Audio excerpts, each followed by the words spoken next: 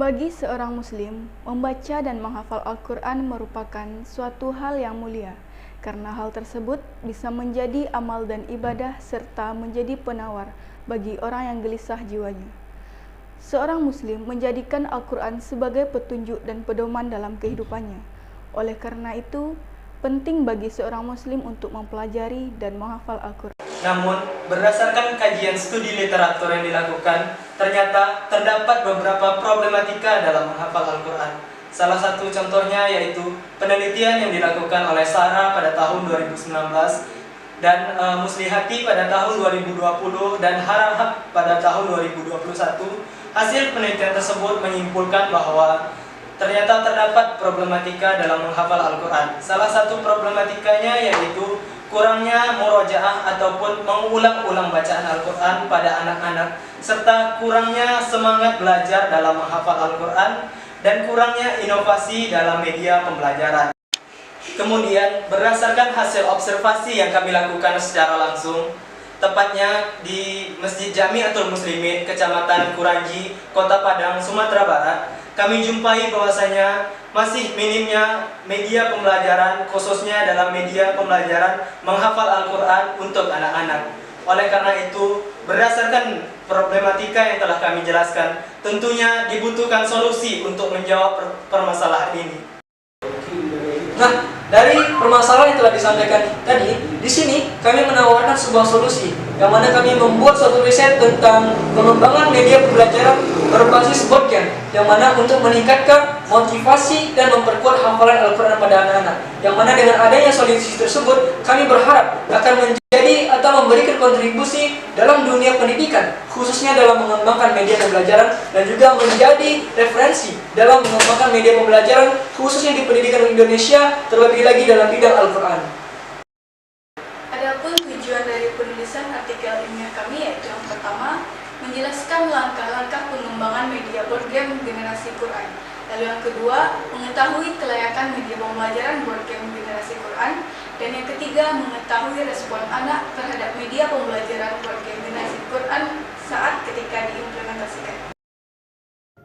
Adapun kerangka berpikir pada penelitian kali ini yaitu kami mengawalinya dengan melakukan mengidentifikasi masalah mengenai problematika menghafal Al-Quran pada anak-anak, yang mana hasil dari identifikasi masalah tersebut memerlukan sebuah media pembelajaran yang bermanfaat untuk meningkatkan motivasi dan memperkuat hafalan Al-Quran pada anak-anak.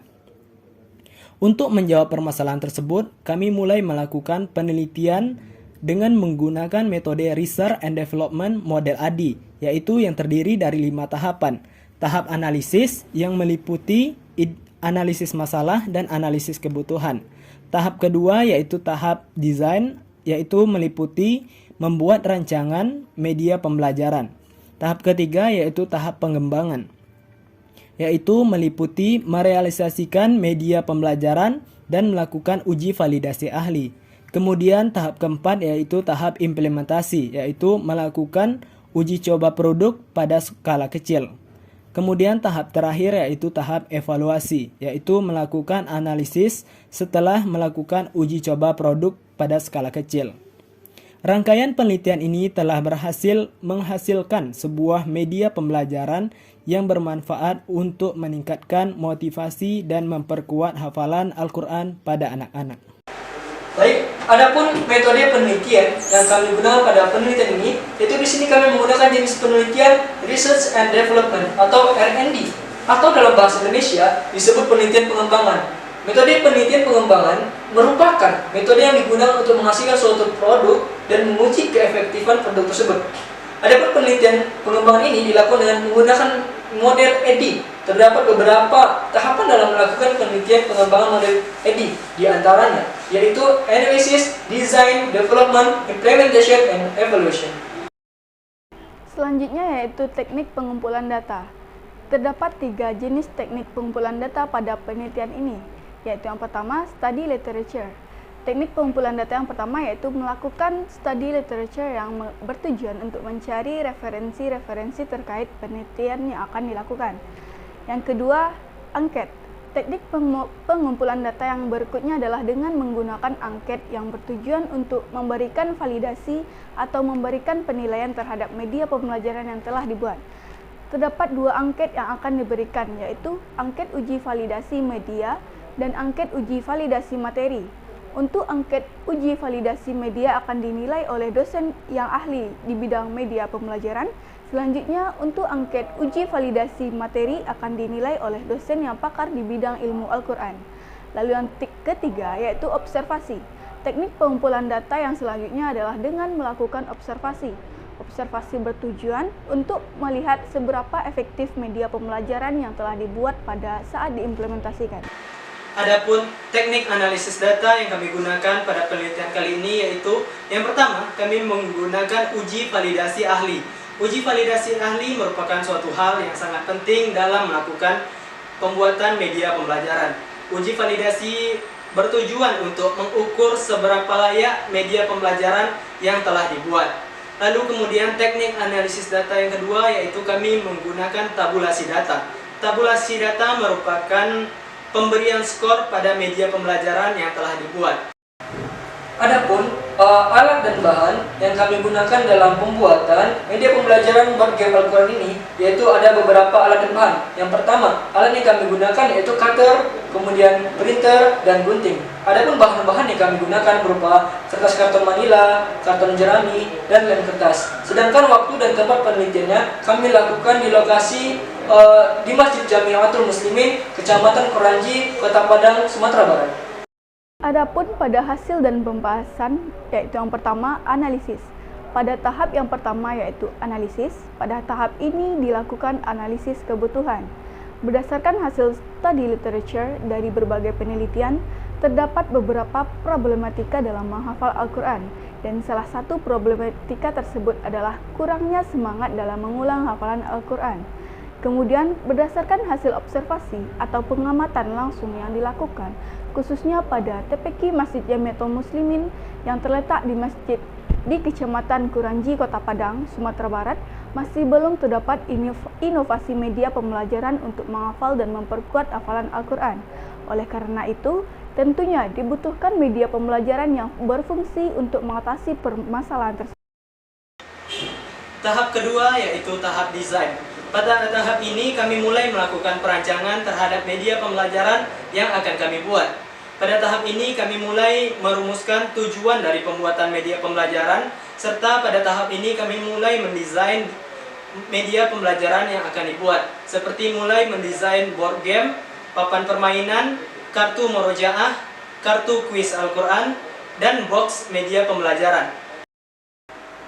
Baik, adapun tahap selanjutnya yaitu proses development ataupun pengembangan. Pada tahap ini, kami merealisasikan produk media pembelajaran sesuai dengan rancangan atau desain yang telah dibuat sebelumnya.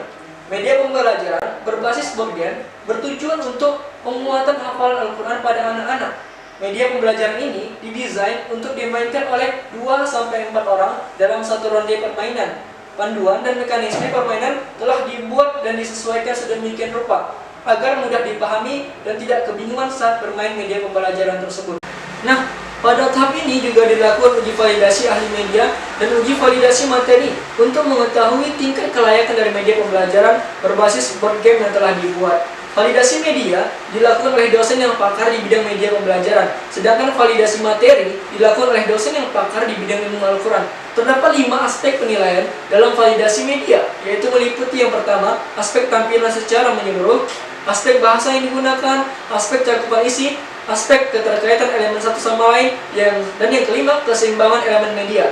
Nah, hasil penilaian keseluruhan dari validasi media tersebut memperoleh angka sebesar 93,1% dengan kategori sangat layak. Kemudian, pada aspek penilaian validasi materi, terdapat 3 aspek yang menjadi penilaian, yaitu yang pertama aspek kelayakan isi, kedua bahasa yang digunakan pada materi, yang ketiga mendorong motivasi dan memperkuat hafalan Al-Quran.